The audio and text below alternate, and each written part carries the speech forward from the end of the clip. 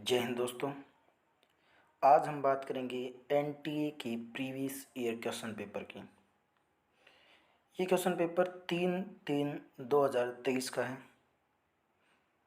इसके बारे में हम बात करेंगे। ठीक है, तो आइए क्वेश्चन नंबर 1 की तरफ चलते हैं। क्वेश्चन नंबर 1 जो पूछा गया है वो पूछा गया है, which were the leading countries in the world in terms of forest depletion between 1990 to 2015, 1990 to 2015 as per the food and agriculture organization. कि खाद्य और कृषि संगठन के अनुसार 1990 से 2015 के अंदर वनों का कटाव करने वाले अग्रणी देश कौन से हैं। तो ऑप्शन दिए गए हैं, ब्राज़ील और कांगो गणराज्य, रूस और चीन, ब्राज़ील और इंडोनेशिया, रूस और इंडोनेशिया। तो इस क्वेश्चन का आंसर आ जाएगा हमारा ये ब्राज़ील और इंडोनेशिया। ये देश है जिन्होंने 1990 से 2015 तक कृषि और खाद्य उत्पादन करने के लिए क्या किया, वनों का कटाव किया। ठीक है, इसके बाद में है क्वेश्चन नंबर 2। संयुक्त राष्ट्र ऊर्जा सांख्यिकीय 2022 के अनुसार विश्व में प्राकृतिक गैस के सबसे बड़े और दूसरे द्वितीयक सबसे बड़े उत्पादक देश कौन से हैं। आंकड़ों के अनुसार पूछा गया कि 2022 के अंदर विश्व में प्राकृतिक नेचुरल गैस के सबसे बड़े उत्पादक देश कौन कौन से हैं। ऑप्शंस दिए गए हैं, संयुक्त राज्य अमेरिका और रूस, रूस और संयुक्त राज्य अमेरिका, संयुक्त राज्य और सऊदी अरब, रूस और सऊदी अरब। तो इस क्वेश्चन का आंसर आ जाएगा नंबर 1, संयुक्त राज्य अमेरिका और रूस। संयुक्त राज्य अमेरिका सबसे ज़्यादा नेचुरल गैस का उत्पादन करता है, इसके बाद आता है रूस जो दूसरे नंबर पर नेचुरल गैस का उत्पादन करने वाला अग्रणी देश है। इसके बाद है question number 3, which of the following South America countries is a part of OPEC bloc. पूछा गया है कि दक्षिण अमेरिका का कौन सा ऐसा देश है जो ओपेक का अंग है। अब ओपेक क्या है, ओपेक एक संगठन है। ठीक है, क्या है, ओपेक एक संगठन है और इसकी फुल फॉर्म है organization of the petroleum exporting countries, यानी पेट्रोलियम का निर्यात करने वाले देशों का एक समूह। ठीक है, जो देश क्या करते हैं, पेट्रोलियम को निकालते हैं और उसका क्या है, एक्सपोर्ट करते हैं, उन देशों का समूह है। ठीक है, तो इसके अंदर वेनेजुएला इकलौता ऐसा देश है जो ओपेक का सदस्य है, दक्षिणी अमेरिका का। ठीक है, जो क्या करता है, पेट्रोलियम का उत्पादन करता है और उसका क्या करता है, एक्सपोर्ट करता है। ठीक है, इसके बाद है क्वेश्चन नंबर 4, डिजिटल बिंब की व्याख्या के लिए निम्नलिखित में से किस बिंब संवर्धन विधि का अनुप्रयोग किया जाता है। डिजिटल इमेज इंटरप्रिटेशन के लिए पूछा गया है। ठीक है, किसके लिए पूछा गया है, डिजिटल इमेज। तो ये एक प्रोसेसिंग मेथड है, विधि है। ठीक है, इसके अंदर क्या किया जाता है, पिक्सल्स का कलेक्शन होता है। ठीक है, और इसके अंदर ये होती है 2 डायमेंशंस। पिक्चर का कलेक्शन तो पिक्सल्स का कलेक्शन तो होता है, लेकिन ये 2 डायमेंशन होती है। ठीक है, डिजिटल इमेज प्रोसेसिंग है और जो है वो एनालॉग इमेज प्रोसेसिंग के से कहीं ज़्यादा बेहतर है। ठीक है, तो ये है हमारी डिजिटल। इसके अंदर नंबर 1 दिया गया है विवर्तनिक सुधार, इसके बाद में है ज्यामितीय सुधार, फिर इसके बाद में स्थानिक लक्षण बदलाव और इसके बाद में है नॉइज या नॉइस निवारण, तो इसका यूज किया जाता है रेडियोमेट्रिक करेक्शन के लिए। ठीक है, रेडियोमेट्रिक करेक्शन यानी विकिरण मितिक सुधार के लिए। किसके लिए किया जाता है? विकिरण मिति सुधार के लिए इसका प्रयोग किया जाता है। इसके बाद है, जब पृथ्वी के पटल में सेल विभंग होता है, फ्रैक्चर्स आते हैं, दरारें पड़ती हैं, ठीक है, टूटती है वो, और पुनः वही सेल पिंड भिन्न दिशाओं में गतिशील हो जाता है, जब वही टुकड़ा दो अलग अलग दिशाओं में चला जाता है। ठीक है, अब मान के चलिए ये कोई सेल है, इसके अंदर कोई क्रैक आ गई, तो इस क्रैक आने के कारण एक टुकड़ा इस तरह दिशा में चला गया, एक टुकड़ा इस दिशा में चला गया। ठीक है, तो बीच में जो खाली स्थान बन जाता है उसे क्या कहा जाता है? तो उसे कहा जाता है भ्रंश। क्या कहा जाता है? भ्रंश कहा जाता है उसको। ठीक है, भ्रंश कहते हैं उसको, फॉल्ट कहते हैं। ठीक है, दरार पड़ जाती है जिसके अंदर क्या हो जाता है, एक ही जो सेल है उसका दो टुकड़ों में विभाजित हो जाता है और अलग अलग दिशाओं में चले जाते हैं, गतिशील हो जाते हैं। ठीक है, इसके बाद में है क्वेश्चन नंबर 6, निम्नलिखित स्थल रूपों में से कौन सा विवर्तनिक बलों के कारण निर्मित होता है? टेक्टोनिक फोर्स के कारण कौन सी लैंडफॉर्म्स का निर्माण होता है? ठीक है, प्लेट विवर्तनिक के कारण। ठीक है, प्लेट विवर्तनिक के कारण क्या है, जब दो प्लेटें अलग अलग, एक ही प्लेट की या दो प्लेटें क्या है अलग अलग दिशाओं में जाएंगी, जब वो अलग अलग दिशाओं में जाएंगी तो उसके कारण बीच वाले हिस्से के अंदर क्या हो जाएगा, नीचे चला जाएगा। ठीक है, जिससे किसका निर्माण हो जाएगा, रिफ्ट वैली का निर्माण हो जाएगा। बीच का हिस्सा तो नीचे धंस जाएगा। ठीक है, जिससे क्या रिफ्ट वैली का निर्माण हो जाता है। ठीक है, और जब ये ब्लॉक ऊपर उठ जाता है तो इससे हॉर्न पर्वत का निर्माण हो जाएगा। ठीक है, हार्ट्स पर्वत जिसे बोलते हैं उसका निर्माण हो जाएगा।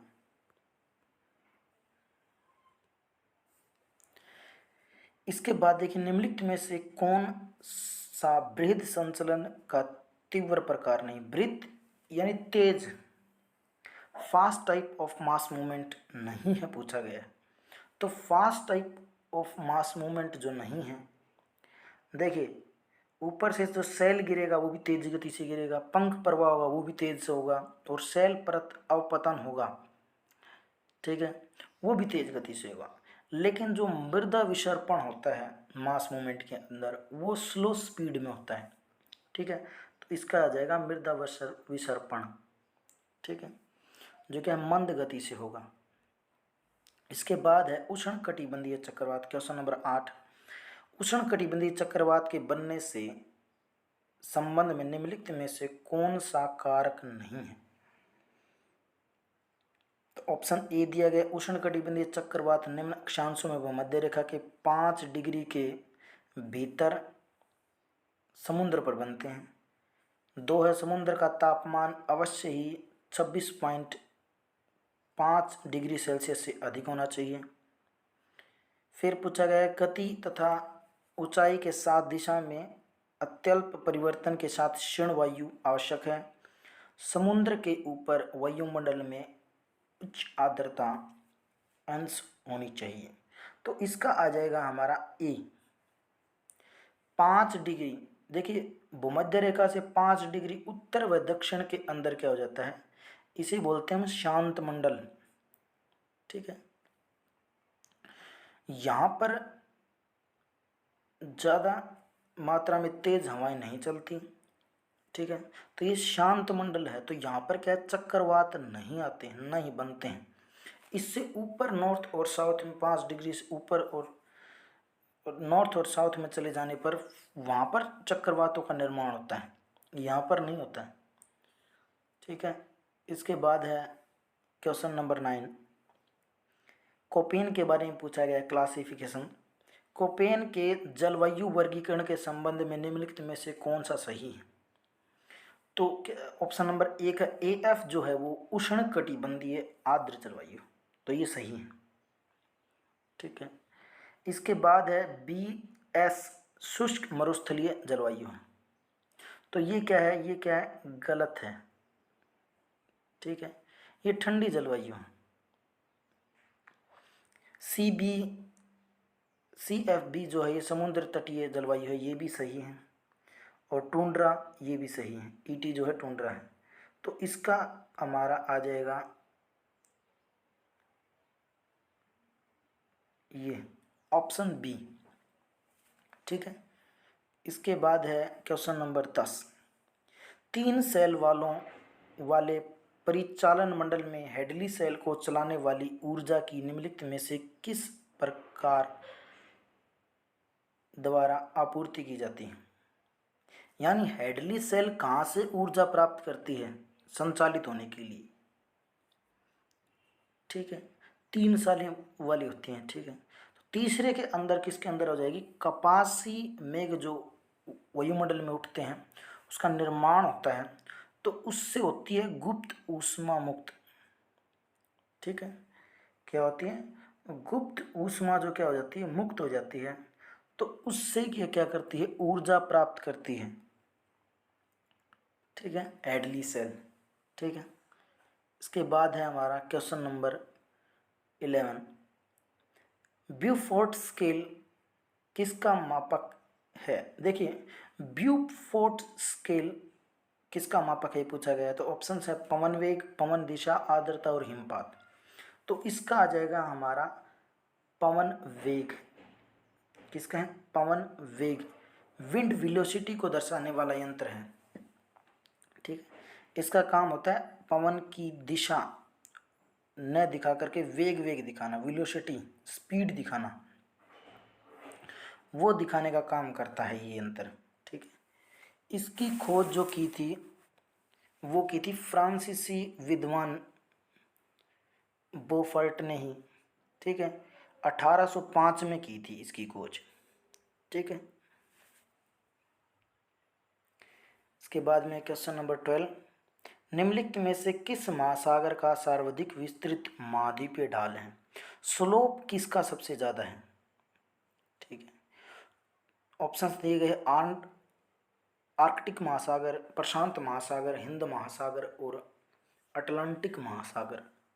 तो इसमें से आ जाएगा अटलांटिक महासागर जो है हमारा, कौन सा है, अटलांटिक महासागर। अटलांटिक महासागर का जो क्षेत्र है महाद्वीपीय स्लोप का, वो सबसे ज़्यादा है, सबसे ज़्यादा क्षेत्र में फैला हुआ है। इसके बाद में निम्नलिखित में से कौन सी सुनामी प्रहारों में सर्वाधिक ग्रस्त हैं। Prone to tsunami strikes. ठीक है, जहाँ पर सुनामी सबसे ज़्यादा आती है और सुनामी प्रभावित क्षेत्र जो सबसे ज़्यादा है। ठीक है, इस क्षेत्र को बोला जाता है रिंग ऑफ फायर, जिसकी खोज की थी बेनियोफ ने।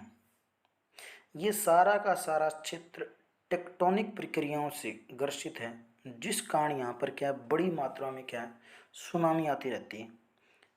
तो ऑप्शंस दिए गए हैं अफ्रीका का पूर्वी तट, अटलांटिक तट रेखा, यूरोपीय तट रेखा और परिप्रशांत तट रेखा। तो इसका आ जाएगा परिप्रशांत तट रेखा। ये क्या है, सुनामी से ग्रसित है, सुनामी प्रहार यहाँ पर बार बार सुनामियाँ यहाँ पर आती रहती हैं इन तटों पर। इसके बाद पूछा गया है इरमिंगर जलधारा निम्नलिखित में से किस महासागर में प्रवाहित होती हैं, जल में प्रवाहित होती हैं। इरमिंगर currents flow in which of the flowing oceans water.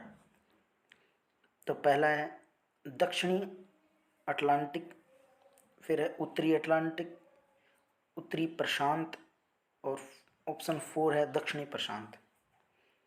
तो इरमिंगर जो जलधारा वो एक गर्म जलधारा है। ठीक है, और ये प्रवाहित होती है उत्तरी अटलांटिक महासागर में। कहाँ होती है, उत्तरी अटलांटिक महासागर के अंदर ही क्या होती है, प्रवाहित होती हैं। इसके बाद है question number 15। Which one of the flowing material nutrients is not for micronutrients required by plants। वे कौन से पोषक तत्व होते हैं जिनकी ज़रूरत पौधों को पोषक तत्वों के रूप में पड़ती नहीं है या ज़रूरत न होती है? तो ऑप्शन ए है मैग्नीशियम, बी है मैग्नीज, 2 है मैग्नीशियम, 3 है फास्फोरस और 4 है सल्फर। तो मैग्नीशियम एक ऐसा तत्व है जिसकी ज़रूरत पौधों को अपने वृद्धि विकास के अंदर पोषक तत्व के रूप में पड़ती ही नहीं है। ठीक है। इसके बाद में है क्वेश्चन नंबर 16। निम्नलिखित में से कौन सा विकल्प अधोगामी जनसंख्या की बारे में सही विवरणिक अभिव्यक्त करता है? विवरण कौन सा ऐसा ऑप्शन है जो सही प्रस्तुत कर रहा है? रिग्रेसिव अधो होती है, रिग्रेसिव संकुचित सिकुड़ी हुई जनसंख्या, बहुत कम मात्रा में जनसंख्या जहाँ पर होती है वो होती अधोगामी जनसंख्या। तो ऑप्शन 1 है दीर्घकालिक अपरिवर्तित जनसंख्या और मृत्यु दर। व्यापक आधारयुक्त पिरामिड निर्मित करती बढ़ती दर, जन्म दर और उच्च मृत्यु दर। संक्रिय आधार के पिरामिड निर्मित करती घटती दर और निम्न मृत्यु दर। व्यापक आधार के पिरामिड निर्मित करती उच्च जन्म दर और उच्च मृत्यु दर। तो इसका आ जाएगा जहाँ पर जिसका पिरामिड क्या है, संकरा है। पिरामिड क्या है, संकरा है, जहाँ पर मृत्यु दर और जन्म दर दोनों ही क्या है, कम है। ठीक है, जन्म दर मृत्यु दर दोनों ही क्या है, कम है। वो अधोगामी जनसंख्या को क्या करता है, रिप्रेजेंट करता है। रिग्रेसिव पॉपुलेशन को क्या करता है, रिप्रेजेंट करने का कार्य करता है। ठीक है। इसके बाद में है question 17। What does the replacement rate represents? प्रतिस्थापन दर क्या व्यक्त करती है? ठीक है, ऑप्शंस दिए गए हैं। यह प्रजनात्मक आयु समूह की 1000 महिलाओं जनसंख्या पर कुल जनसंख्या को व्यक्त करती है। यह प्रजनात्मक आयु वर्ग की 1000 महिला जनसंख्या पर पुरुष जनसंख्या को व्यक्त करती है। यह प्रजनात्मक आयु वर्ग की 1000 महिलाओं पर महिला जनसंख्या को व्यक्त करती है। यह प्रति 1000 जनसंख्या पर प्रत्याशित जन्मों की संख्या को करती है। तो ये करती है, ऑप्शन 3 आ जाएगा इसका। ये क्या करती है, प्रजनात्मक आयु वर्ग एक विशिष्ट आयु वर्ग होता है जिसके अंदर 1000 महिलाओं को क्या करेगी, जनसंख्या में महिलाओं की संख्या को व्यक्त करने का कार्य करती है ये। ठीक है। इसके बाद एक क्वेश्चन 18। निम्नलिखित में से कौन सा जनसंख्या आंकड़ा स्रोत घटनाओं जैसे कि जन्म दर, मृत्यु दर, विवाह आदि का अनिवार्य और विविध पंजीकरण समाहित करता है? ये पूछा गया। जो क्या करता है, जनसंख्या आंकड़ों को कलेक्ट करता है। कौन कौन सी जनसंख्या, जन्म के, मृत्यु के, विवाह के, इसका पंजीकरण करने का कार्य करता है। तो पंजीकरण इसका रजिस्ट्रेशन का काम करता है। तो वो करता है नेशनल पॉपुलेशन रजिस्टर, NPR। ठीक है, वो करता है। तो ऑप्शन दिए गए, जनसंख्या जनगणना नहीं करती, प्रतिदर्शन सर्वेक्षण नहीं करता, और जनसंख्या का पंजीकरण, ये जनसंख्या का पंजीकरण ये ही है वो NPR जो क्या कर देता है, जनसंख्या आंकड़ों का एक स्रोत है जो क्या करता है, पंजीकरण करने का कार्य करता है। कौन से आंकड़ों को करेगा, जन्म के, मृत्यु के, विवाह के। ठीक है।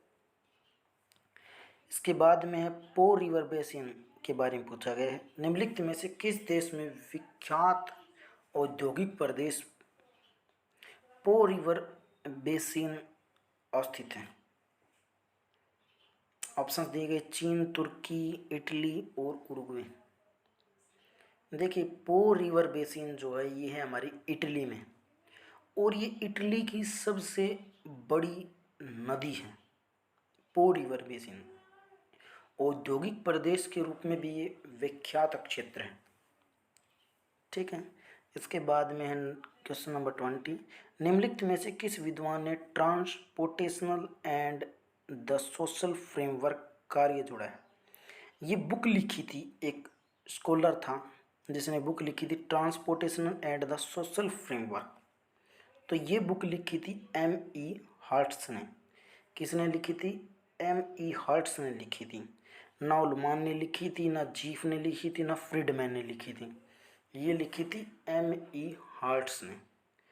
तो ये हमारा पार्ट 1 NTA प्रीवियस ईयर जो क्वेश्चन पेपर है उसका पार्ट 1 है ये, जिसके अंदर हमने जो पिछले वर्ष आए हुए क्वेश्चनों के बारे में पढ़ा कि कौन कौन से क्वेश्चन पीछे के वर्षों में पूछे गए।